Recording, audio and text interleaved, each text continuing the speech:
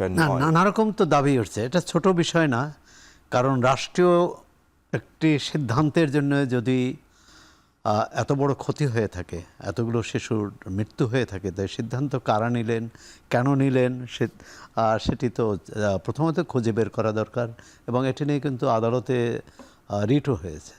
ক্ষতিপূরণ, কারণ অনুসন্ধান, ক্ষতিপূরণের কথা আজকেরটা ক্ষতিপূরণ নিয়ে হয়েছে একটা রিট। কিন্তু ক্ষতিপূরণ দিয়ে তো আর জীবন পাওয়া যাবে না, জীবন পাওয়া যাবে না।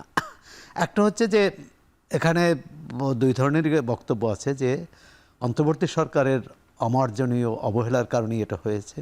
অন্তর্বর্তী সরকারের পক্ষ থেকে কেউ প্রকাশ্যে বলেনি, কিন্তু যেটা জানা গেছে যে তারা যে টিকা ক্রয়ের যে নিয়ম ছিল সেটা পাল্টাতে চেয়েছিলেন। অর্থাৎ তারা নিজস্ব পদ্ধতিতেই টিকা ইউনিসেফের সাহায্য না নিয়েই টিকাটা সংগ্রহ করতে চেয়েছিলেন। কারণ টিকাটা আমরা কিন্তু বিনা পয়সায় পাই।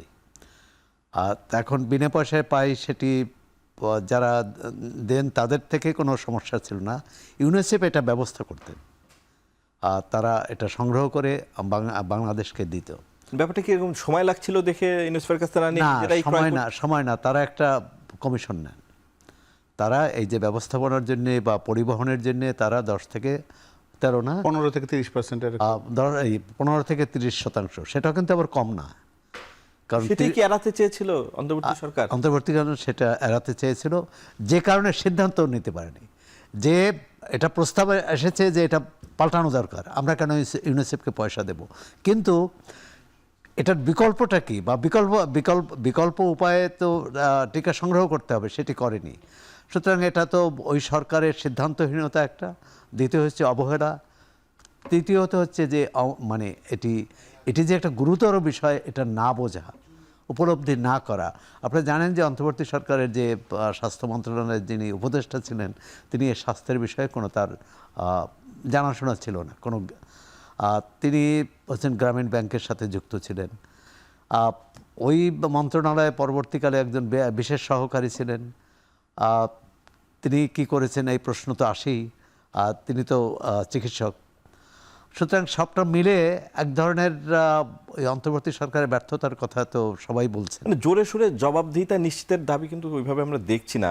জবাবদিহীন সমাজে জবাবদিহিতা এখন হচ্ছে কি, আপনি সামাজিক যোগাযোগ মাধ্যমে যদি যান, আমাদের যে ফেসবুক, ইউটিউবে, তখন তো মানে এটা শুধু জোরালো না, তার বিচার চেয়েছে, ফাঁসি চেয়েছে, এসব করেছে, কিন্তু তাতে তো সমস্যার সমাধান হবে না। সমস্যার সমাধান হবে সরকার যে তদন্ত। উনি বলেছেন অতীতের দিকে তাকাতে চাই না, আমরা সামনের দিকে তাকাতে চাই এই ইস্যুতে। এটা আচ্ছা, তাহলে সব ইস্যুতে নয় কেন? এখন একজন দেখলাম যে এনসিপির নেতা, যিনি উপদেষ্টা ছিলেন অন্তর্বর্তী সরকারে, তিনি বলেছেন যে আমরা পিছনের তাকাতে চাই না। তাহলে সব ক্ষেত্রেই সেটা হওয়া উচিত যে আমরা সামনেই তাকাতে চাই। তাহলে মানে এগুলো হচ্ছে যে আমাদের রাজনীতিকরা হচ্ছে সেটা নবীন এবং প্রবীণ সবাই যে নিজের সুবিধা মতো ব্যাখ্যা দেন যে কোনো বিষয়ের, আর সুবিধা মতো তারা সিদ্ধান্ত নেন, ব্যাখ্যা দেন, প্রতিপক্ষকে আক্রমণ করেন, অথবা নিজের আক্রমণ ঠেকানোর জন্য নানা কৌশল বের করেন। এটি একটা সম্মিলিত, এটি অবশ্য রাজনৈতিক বিষয় না, এটি একটা স্বাস্থ্যসেবার বিষয়, সেটি কারিগরি বিষয়। এটি আমার মনে হচ্ছে যে যারা এসব বিষয়ে বিশেষজ্ঞ, তো সরকার যে কাজটি করতে পারেন, সরকারের ভিতর এবং বাইরের বিশেষজ্ঞদের নিয়ে একটা পরামর্শ করা, এবং প্রতিদিনের যে ঘটনা, এটা সরকারের পক্ষ থেকে একটা ব্যাখ্যা দেয়া। যেমন করোনার সময় আমরা দেখেছি যে সরকারের নির্ধারিত ব্যক্তি কিন্তু কর্মকর্তা এটা ব্যাখ্যা দিতেন যে আজকে কি হয়েছে, তথ্যটাও দিতেন, একই সঙ্গে ব্যাখ্যাও দিতেন। আবার একটা বলা হয় যে হাম অথবা হাম সংশ্লিষ্ট উপসর্গ। এখন কোনটা আসলে হামে মারা গেছে বা কোনটা উপসর্গ, এটাও কিন্তু সাধারণ মানুষ বোঝে না। আর সুতরাং আপনি যেটা বললেন বা পাভেল ভাই বললেন, এই মুহূর্তে দরকার হচ্ছে এটা প্রতিরোধ করা। মানে আর একটি শিশুও আমরা চাই না যে হামে মৃত্যু হোক। ধন্যবাদ সোহরাব হাসান। ছোট করে একটু ডক্টর পাভেল আপনার কাছে জানতে চাই যে সরকার আসলে মানে আগের উত্তরে আমরা মানে প্রতিরোধ করার জন্য কি করতে হবে সেটা আপনি বলেছেন, কিন্তু এই যে আমরাও দেখি প্রতিদিন বুলেটিন আসে, প্রচুর তথ্যে গরমিল থাকে। আবার দেখা যায় যে বিশেষ করে শনিবারে মৃত্যুর হার কম থাকে, প্রতি শনিবারে, হয়তো শুক্রবারের কারণে তথ্য আপডেট হয় না, আবার সেটা রবি সোমবারে বেড়ে যায়। সরকারের ভিতর এই হাম প্রতিরোধে একটু গা ছাড়া ভাব লক্ষ্য করা যায়, অনেকেই অভিযোগ করেন। এটা মনে করার কারণে, কারণ আপনি নিশ্চয়ই লক্ষ্য করেছেন যে মাননীয় প্রধানমন্ত্রী কিন্তু নিজে এই হামের ভ্যাকসিনেশন প্রোগ্রামের উদ্বোধন করেছেন এবং সেজন্য কিন্তু উনি বলেছেন যে অতীতের দায় আছে, এটা ঠিক আছে, কিন্তু সেটা হয়তো অন্য প্রসঙ্গ, সেটা দেখার দায়িত্ব আলাদা, কিন্তু সেটা তো আমার এই সমস্যার সমাধান করছে না, তাই না? ওটা আমরা খুঁজে বের করবো যাতে ওই ত্রুটি যেন আমরা না করি। কিন্তু একই সাথে এটা কিন্তু একটা স্ট্রং মেসেজ দেওয়া হয়েছে আর কি সব জায়গায়, যে স্বাস্থ্যকর্মীদের কিন্তু যে ছুটিগুলো ছিল সেগুলো কিন্তু সকল স্তরে কিন্তু বন্ধ করে দেওয়া হয়েছিল। আপনি জানেন যে তাদের অনেকগুলো ছুটি বন্ধ করে দেওয়া হয়েছে শুধুমাত্র সার্বক্ষণিক কাজের ক্ষেত্রে তাদেরকে ইনভলভ করার জন্য। এটা হতে পারে কোনো কোনো জায়গাতে হয়তো তথ্যের আসার ক্ষেত্রে হয়তো কোনো ত্রুটি থাকতে পারে, কিন্তু তথ্য গোপনের কোনো চেষ্টা তো কোথাও নেই, কারণ যেটা সত্যি সেটা তো আপনাকে বলতেই হবে। আর এই সোশ্যাল মিডিয়ার এই যুগে তার এগুলো চাইলে তো ওগুলোকে আপনি আড়াল করে রাখতে পারবেন না।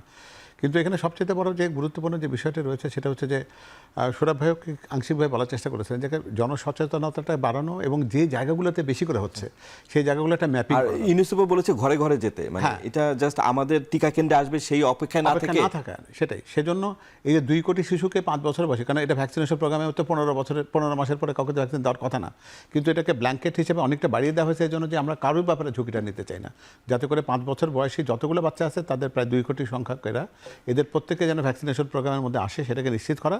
আবার একসাথে যে এই সচেতনতাটা সকল ক্ষেত্রে চলে দেওয়া এবং যে জায়গাগুলোতে দেশের যে এলাকাতে প্রাদুর্ভাবগুলো তুলনামূলকভাবে বেশি দেখছি আমরা, তার একটা ম্যাপিং করা করে সেই জায়গাতে যেন এই আমাদের কনসেন্ট্রেশনটা বেশি হয়। কারণ সব জায়গাতে এটা বিক্ষিপ্তভাবে তো দরকার নেই, আমরা তো জানি যে কোন জায়গাতে এটা প্রাদুর্ভাব বেশি, কোন এলাকাতে আক্রান্তের সংখ্যা বেশি।